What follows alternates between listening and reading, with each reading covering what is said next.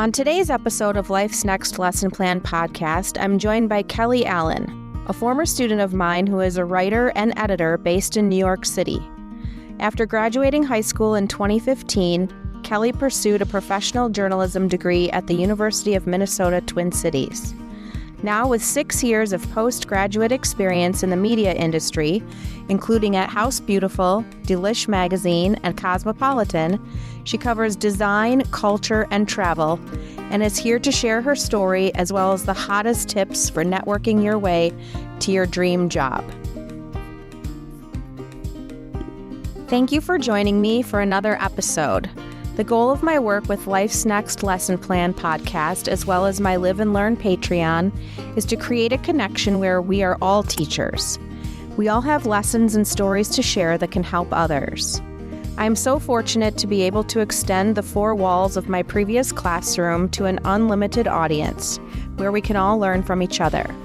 And my guests are some of the most inspirational people with the best stories and lessons I know, which is why I want to share them with you. Their words are something everyone should hear. It is my hope that you are able to take away something from each episode to apply to your own life, whether that be a career search, a path to a more fulfilling life, or new ideas on current topics.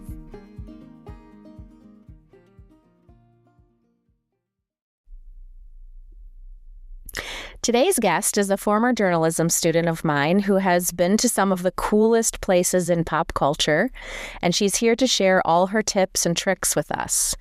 When I explain her job to people and show them her work, their response is always the same. That is the coolest job ever, and how did she get that job? And I will be sure to have a link to her work in the show notes so you can see exactly why that is. With that, I will let Kelly introduce herself and explain all about her work today.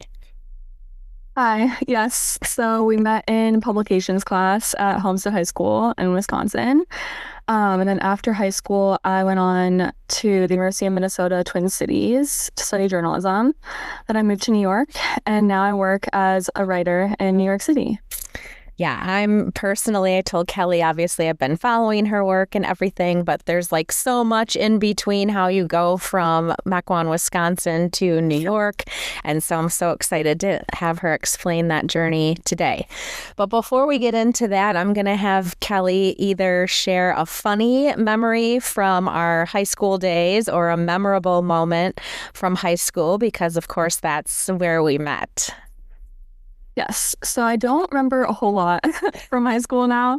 My memory is so terrible these days, but I did work on the yearbook. So I remember enjoying doing that. And then we also went to like a national high school journalism convention in Washington, D.C. in 2014. And I remember enjoying that. I don't remember a lot about the experience. Yeah, I think that trip, because I have done like 8 or 10 of them at this point.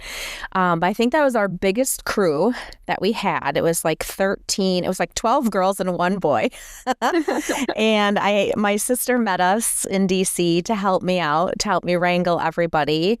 So that was our biggest group. But also to me, that was like one of our most meaningful trips, because I think our editor of we had a newspaper at the time. I think it was Katie Bandersky, and I think she and some other people really wanted to change to a news magazine. And I said, if we win a pacemaker with the newspaper, meaning the biggest award that you can win at these journalism conventions, I'll let you switch to a magazine. And on that trip, we won the pacemaker. Hadn't before. But that was like a super exciting trip, I think. I think also 1 or 2 people had to leave to go home because they weren't feeling well. which had never happened on one of these trips before. But it was definitely a memorable trip, and just what a cool place to have a journalism convention in Washington, D.C. So yeah, I remember that trip as well. So going back to your high school days, obviously a lot goes into where you want to go to school, what you think you want to pursue. So can you talk us through your decision making and kind of your path, high school, and then beyond to college? Yes. So I was lucky enough to like head into college knowing that I wanted to be in journalism and specifically to work for a magazine in New York one day. It's funny looking back, like I never even considered going to college in New York. I was just like, I'll go to college, get the kind of like, I wanted like that Big Ten football type experience because that's kind of what Homestead was like. Um, so I was like, I'll go to college and then I'll just go to New York after. And I feel like it worked out. So I'm not gonna lie. Yeah, that is, I mean, and I don't know if how common that is because again, I went to college and became a teacher, so I don't really know like how easy that is to just say, I want to work in New York and then have it happen. So you're going to talk us through that a little bit today. And then once you got to college, kind of what are some things that you did there to make this dream come true? Well, also note too, one thing before going into that, I applied to Minnesota and then once I got in, I didn't apply anywhere else. So I technically only applied there and then it was like, okay, I'm going. Oh, wow. Okay, brave. I was pretty sure about it. I liked that like city and like college feel. Mhm. Okay, but yes, once I was in college, I like knowing what I wanted to do. Basically, so I was specifically obsessed with Cosmo. So I started following some other editors on Instagram, and this was kind of like the heyday, I feel like, of the magazine industry, where like being an editor in New York was very much the vibe. I don't know, from my perspective. So they were very, active, and they still are too. I mean, I guess I am too, active on Instagram. I feel like it was just like a little bit different. Um, so I started following them, keeping up with their work, and I was collecting like any advice that I could about how to get into the industry, whether it was like directly from people or just kind of like aggregating any little pieces of information that I could find from books or like things they've said that I've seen online. And then in college, so I majored in professional journalism. I ended up doing 3 magazine internships in college, and I was the president of my university's magazine club. So all of that sort of helped me toward my goal of working for a magazine one day.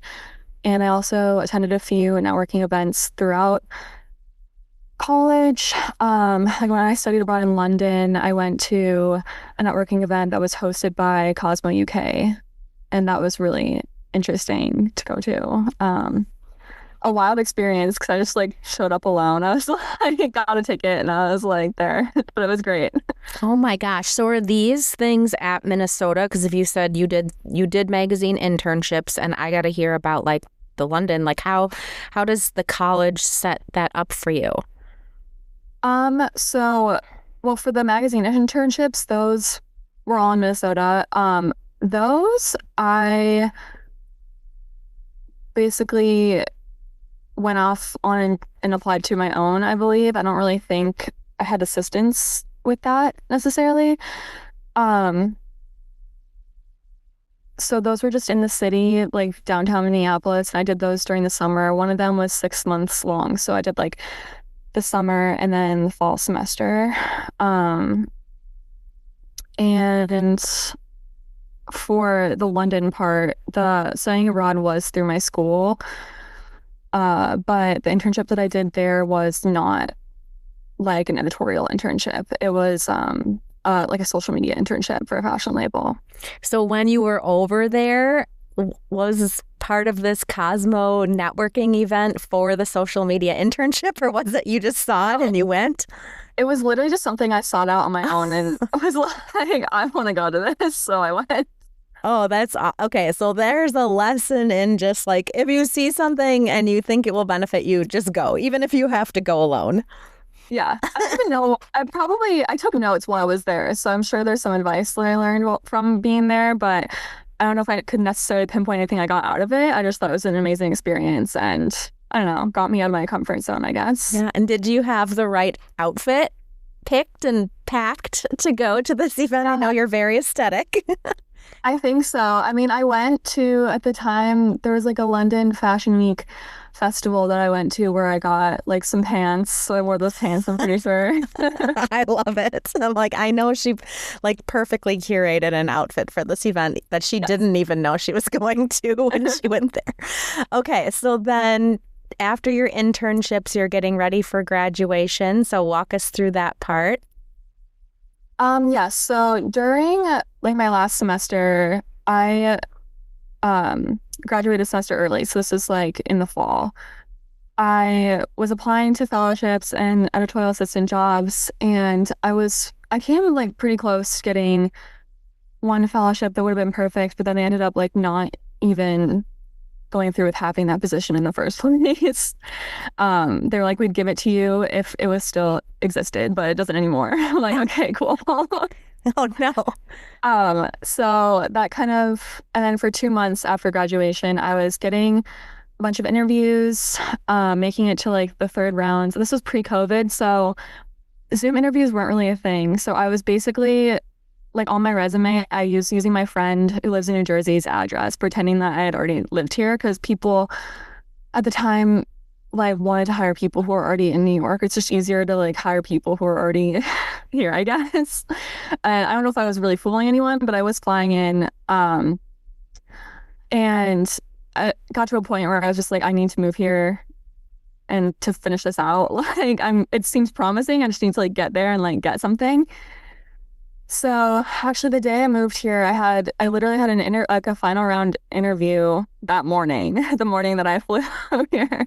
I like dropped my stuff off at my apartment in Brooklyn and came into the city, and I didn't get that job, but um it was still a good like interview process, I think. So I think all the experience that you can get is great, right? And so how long after you moved to New York did it take to land you your first job in New York?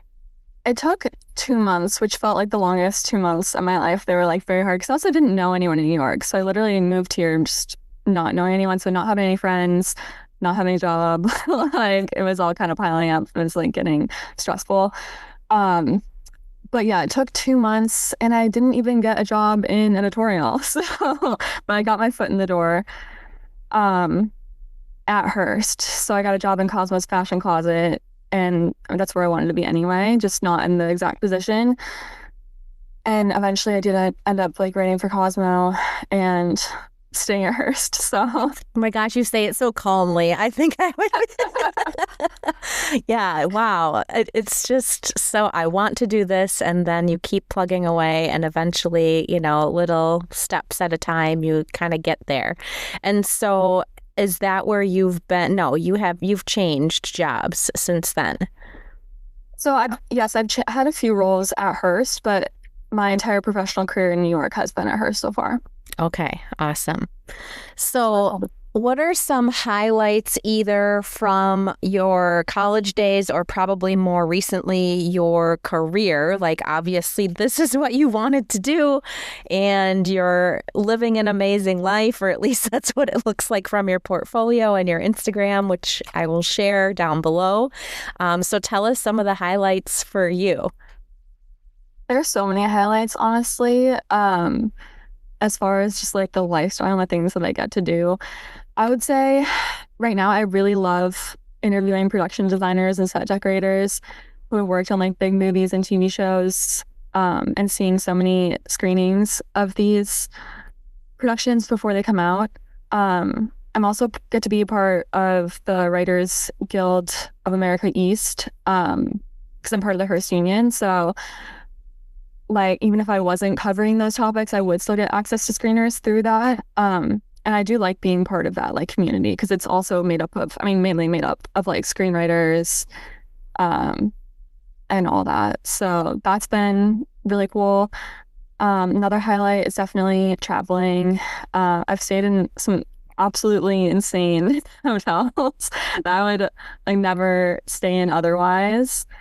Um, and I've been to some like really cool events. I spent Cinco de Mayo once at Martha Stewart's Bedford estate, where I got picked up in a car from my apartment and driven to her house, and it was wild. Oh my Got gosh. dogs Did you meet her? out in the backyard. Yes, yeah.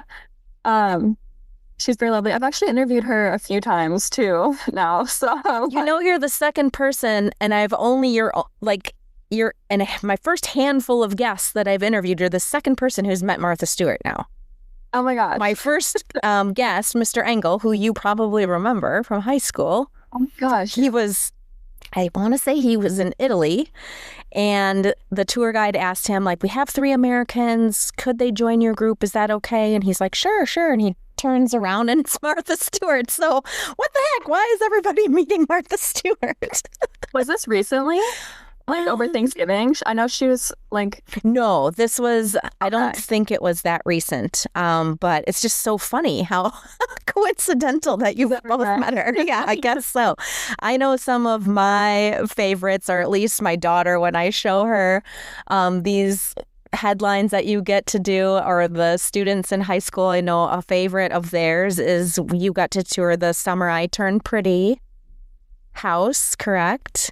I actually never have toured it, but I did Okay. write about it. You wrote So about it. Okay.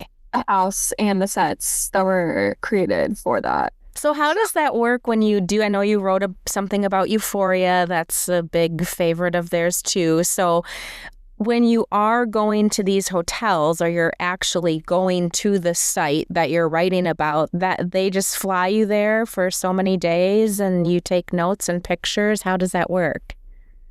Yeah, with hotels specifically, usually the hotel is like hosting a press trip and they'll cover like the flights, the stay obviously and everything. And then there's usually no expense for House Beautiful or like whatever magazine you're working for.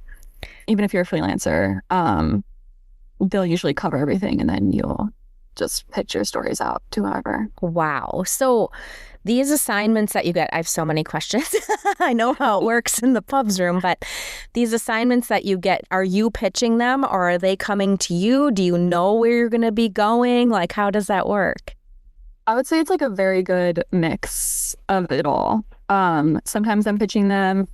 Sometimes I'm asked to go on them. Like when I went to Italy, that was like a really special case where it was like we sort of worked with like a luxury travel PR based in Italy, to design our own press trip with House Beautiful and Delish. So it was very small. It was just 2 people from House Beautiful, 2 people from Delish, and we kind of chose the locations that we wanted to go to, and then they set us up the hotels and everything.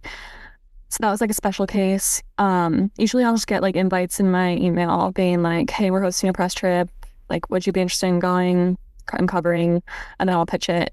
And then I'll get approved or not. Wow. And I noticed on some of your articles, you're using like stock images, but on others, it is your byline under the photo. So have they trained you for that in your job, the types of images they want you to collect?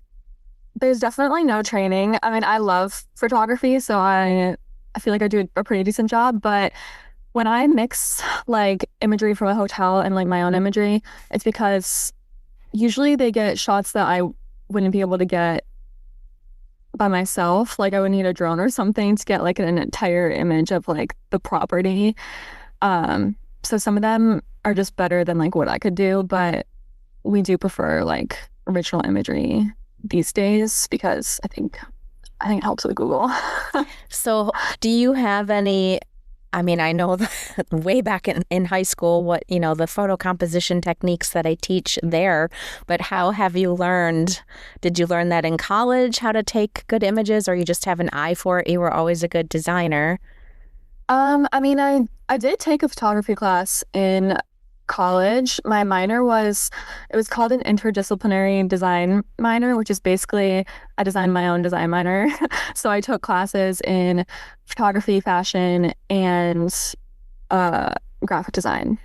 So, I mean, I think that certainly helped me, but I've always been interested in photography from like even when I was young. My dad used to take like a lot of photos, had a professional camera and everything, made home movies and stuff. So I feel like that's kind of where it started. And just like a passion. Yeah, that's so cool. So, on this journey of yours, obviously you're a huge self-starter and you know how to take advantage of opportunities. Has there been anybody impactful who has helped you along the way as well? Yes, I would say I've been lucky enough to work with a few great editors. Um, I've learned a lot about the design industry and editorial from House Beautiful's former digital director, Hadley Keller.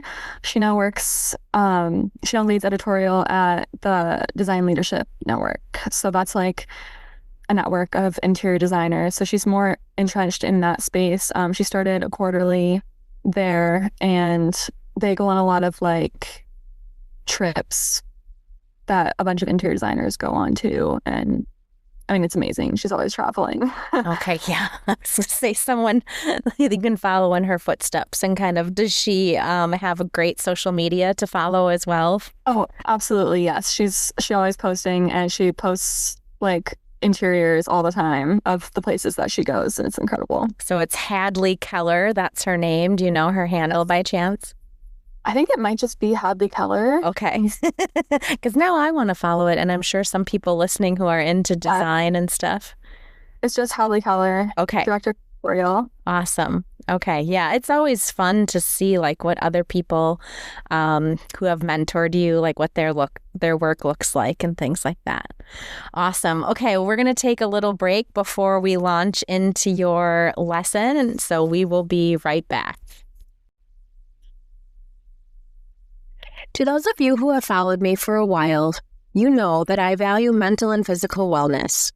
Personally, I've worked with a few different coaches over the years and even been one myself.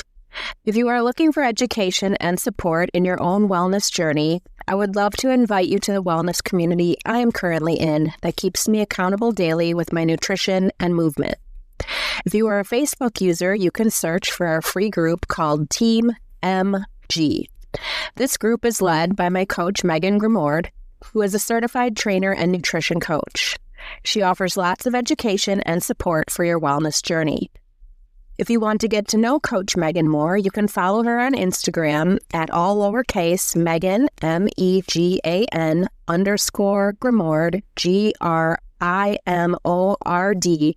or even listen to her on episode 10 of the podcast. She has also created a discount code for my listeners. Just go to her website, www.team-mg.com, and enter code LessonPlan10 to get $10 off any of her. So we are ready for the lesson part of today's podcast, and I'm super excited to hear what Kelly has in store for us because, again, like all my former students have way cooler jobs than I do, and the job market has changed so much since I was in it over 30 years ago, and I think all of their advice is so fascinating in today's world. So, Kelly, we are ready for your lesson. So I've learned that networking might not always get your foot in the door, but it will help propel your career once you're inside. So when I first moved to New York, I was networking. I was meeting with a few editors at different media companies. But the job that I eventually got, I don't want to call it luck, but I don't think networking didn't help me get my foot in the door. But once I did get my foot in the door, it did. So when I was working as an assistant in Cosmo's fashion closet, that was a temporary gig. So it was a 6-month contract position.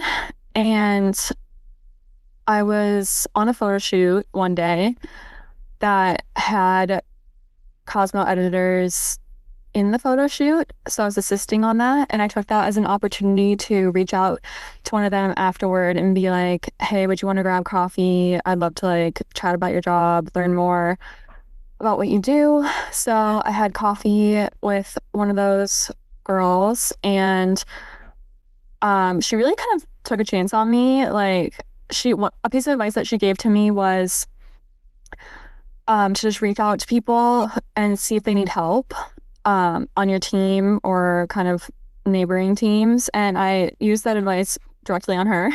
And I emailed her afterward, and I was like, hey, like if you need any help with anything, let me know. And that's how got started freelancing for Cosmo's entertainment team, writing SEO stories. So I honestly don't even know if she had read any of my work prior to like being like, yes, you can write this story. But I'm very grateful that she allowed me to do that. And um, I was able to start writing for them. And then I think that helped me get my next job at Hearst. So when you started, did you start in contract or short-term positions, or did you start in a permanent position right away? So it's called a permalancer. It's technically a contract position, but it's full time, so like 40 hours a week, every day, whatever. So it was a contractor, but full time. I did that for like the first 2 years I worked at Hearst. So I was getting paid minimum wage. I've never heard that term. I just learned something. Permalancer. It is very common, especially at my company. Okay, interesting. I've never heard that. A trap, but it's fine. Okay. And then that kind of led you to a different position. Yes. Okay, awesome. And also, the story you just told, I don't know, hopefully this doesn't embarrass you and we can cut it out if it does, but in high school, you were quieter, right? Yes. Would you agree? Yeah. Okay. Yeah. I'm trying to imagine Kelly Allen from high school. Like, I think you're more outgoing when you're comfortable. Maybe that's what it is. Or you're so driven. Obviously, you had like a very specific goal. I'm trying to imagine you asking this lady out for college or coffee. Like, were you nervous? Is that something that you've gotten better at just because you were so driven? Well, for that specifically, I emailed her. Oh, okay. Okay. I thought you went up to her like at the shoot. I am definitely way less shy than I used to be in high school. I'm still like more reserved, I would say. I mean, but I'm interviewing people all the time. So I'm like, I've definitely come a decent way. I suppose, yeah, because even when I say to students on the first day of beginning journalism, I'm like, this isn't the kind of class where you read a novel and you write a essay for your teacher. You have to, in order to even get your assignment done, you have to talk to other people in the building who you might not know on a deadline. And if that is not for you, this year I had one girl literally stand up and walk out. And I was like, okay, I'm just saying, like, this is that type of class. And even when we're a month in, I'll get students who are like, oh, I don't want to talk to somebody. And I'm like, okay, but this is what the class is. So it's just funny remembering, and I think I'm trying to remember what year you started journalism. Wasn't it later? I have some who start freshman year, sophomore year. I want to say for you it was junior year. Or maybe it was sophomore year. Or definitely not freshman, because I think my like English teacher at the time told me to join. Okay. I feel like it was sophomore maybe, but. And you worked your way up to an editor position, so you were in it for a while. You were one of those kind of quiet. It's funny, like you have the more outgoing leader, right, who makes themselves known, and then you have someone who quietly produces amazing work. And then I will normally reach out to that type of student because they're quieter, and that was definitely you. Yeah, absolutely. I had some louder editors. At the time as well, who will probably show up on this podcast. I'll say it's possible to get out of it. Like if you really like the work, just keep doing it. I mean, I still get nervous before interviews, especially with like production designers. I recently interviewed like the creator of a TV series on Netflix, which was my first time interviewing a creator. So that was like nerve-wracking. Mm-hmm. I learned from that experience. Sometimes I can be awkward, but it's like whatever, life goes on, but it's for the story, so the story will be great. Yeah, I think in just looking at your work, it's like, it's so cool that you like push through any nerves and like you just put yourself out there. So you've shared obviously successful examples of networking that you've had. Have you had any, I mean, I think everybody has situations where they're like, okay, that didn't go so well. Here's what I would do differently. Not necessarily. I think the networking that I did before I had a job in New York, they were good meetings, but like nothing came of them, and I don't think it was really on them to like I don't know, get me this random person a job. But like, so it's like slightly unsuccessful, but not in the sense that like nothing went wrong. It was just like nothing came of it. Okay. If that makes any sense. Sure. Yeah, for sure. Okay. So for our action steps today or our homework, if people want to apply this to their own lives, we've created a little kind of step-by-step sheet depending on where people are in their journey. If they want to do like hit the ground running, doing some networking. They're not quite in a position yet. We have some steps that they could apply. And then if they are already in a position and they kind of want to network their way to a different position, I think you have a lot of great advice for that. But if they wanted to just tomorrow, maybe apply some action steps to their life, what are some easy kind of next day tips that we could let them leave this episode with? One obvious one would be just like creating or updating your LinkedIn profile. I think an easy way, like signing up for like a networking industry event is an easy way to get in the space without doing a one-on-one conversation and hoping that someone, like some people won't respond to you, and I get that. I've been on both sides of it. I think sometimes it's hard to tell too who's serious when they're reaching out. And sometimes people reach out and it doesn't make any sense. And I'm like, why are you asking me? Like, just because I work at this company doesn't mean what you applied to has anything to do. Like, I wouldn't know anything about it. So like, so yeah, I think like an industry event or networking event would be an easy way. Like, grab a friend if you don't want to go alone. And reach out to people in your existing network too. That can help. I know you mentioned earlier in the episode that because you knew you wanted to work at Cosmo, you started following some of the editors. Do you think that that helped at all?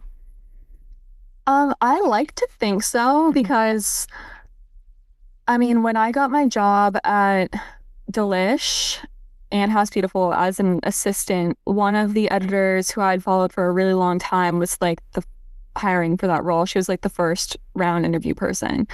And I like to think that maybe she's recognized me in her comments or wherever. Maybe she didn't, but I don't know. I think it just helped, even just watching and like learning subconsciously from what they were doing. Right. It doesn't hurt, but Yeah. like by osmosis, as you're saying, you never know like Yeah. how it seeped into your subconscious and helped you Yeah. grow as well. Yeah. Okay. Any other advice? Following up to something that I recently met with an editor at Cosmo, and a piece of advice that she gave me was to follow up like every 6 months, just to check in and be like, hey, like I saw what you're working on, like this looks exciting, here's what I'm working on, hope you're well, and have it be something that they don't have to like take an action for. They can just be like, respond and be like, thank you, like hope you're great or whatever. Because so many people get so many emails, so it's like it's nice to just kind of have an email that's not like they don't have to do anything. Yeah. They see. And I think it puts your name kind of back on their radar too. Yeah. In fact, I'm going to give this advice. I had some younger journalists where I had someone reach out to me who was a former student, not even of mine. I knew her when I lived in Mequon. She actually married one of the neighbor boys in my neighborhood, but she was in journalism, but with the teacher previous to me, and is actually a freelance journalist now. And she is starting a nonprofit. I'll have her on in a future episode, but she reached out because she was creating an event at our school and she wanted to know if I had any journalists who would be interested in covering the event in different ways. And 3 girls were interested in doing that. And this was an event at the end of December, and they each had a different role and worked with her, who's, she's a professional journalist. And I'll recommend what you're saying to them. Like, they did complete work for her and they followed up, but down the road, because she's going to be looking for volunteers and beginning journalists, and I'll remind them to maybe put in their calendars to reach out to her again, because you just never know, right? Like, what they did with her at this event is part of their portfolio. And it's resume building. As they told them, it's great experience. I know they really enjoyed it. But like you have said in this episode, you just never know down the road how that might come into play. Well, I appreciate all of your awesome, helpful tips today, Kelly. And I know there are people out there who are going to find this really helpful. And if nothing else, fascinating, like I always do. So I appreciate your time today. Is there any exciting trips you have coming up or projects that you're working on? Yes, I am going to Mexico in 2 weeks for a press trip in the Riviera Maya. So I'm very excited about that, to escape the New York cold because it's freezing here. Can you share with us what you'll be doing there? Is that top secret? I think I can share. I mean, I'm going to stay at the Rosewood Maya Coba. And visiting they're actually having like an arts and culture, like they have an annual arts and culture celebration there. So that's what the press trip is for. But I'm going to check it out because we're working on a best hotels package. So we're considering it as for that. Very cool. So what is your process? I didn't ask you this previously, but I know you'll have an answer. What's your process for like packing? How will you pick outfits? Or is it not necessarily about that? It's just about gathering good content. Well, it's definitely not about that, but I do enjoy that. And I have some kids on my floor right now, actually. I do like have a packing list already. Okay. So I'll be in my mind everything. I am like prepared. I knew you would, because you're just organized like that. So you are living out your dream that you set for yourself early on before any of this came to fruition. And how is your reality living up to your dream? You're in New York, you're doing the thing. How is it living up to everything you had set out in your mind? It has been incredible. I still I can't fully comprehend the life that I'm living. It's been pretty much like a 6-year-long pinch me moment. Mm-hmm. Yeah, that is awesome. Well, I'm going to put your Instagram, obviously, and your portfolio in the show notes. And so I'll apologize right away if you get any sort of groupies, or maybe there is someone who liked your advice and maybe just would like to connect with you a little bit more outside of this episode. But I appreciate you being on and sharing all your wisdom and your fascinating life with us today. Of course, happy to do so. Thank you for joining us for this week's episode of Life's Next Lesson Plan. Whether you're charting a new course, guiding someone else, or pursuing a lifelong dream, I hope Kelly's story inspires you to manifest those dreams and put yourself out there. If you're looking for more lessons and more personal content, join my Live and Learn Patreon for $5 a month. There I share more in-depth content and lesson plans that you can subscribe to or purchase individually if the topic interests you. Be sure to follow Life's Next Lesson Plan on Instagram, Facebook, Apple Podcasts, YouTube, and Spotify. Have a guest idea or topic you'd like covered? Reach out. We'd love to hear from you. I can't wait to be back with you next week for another episode.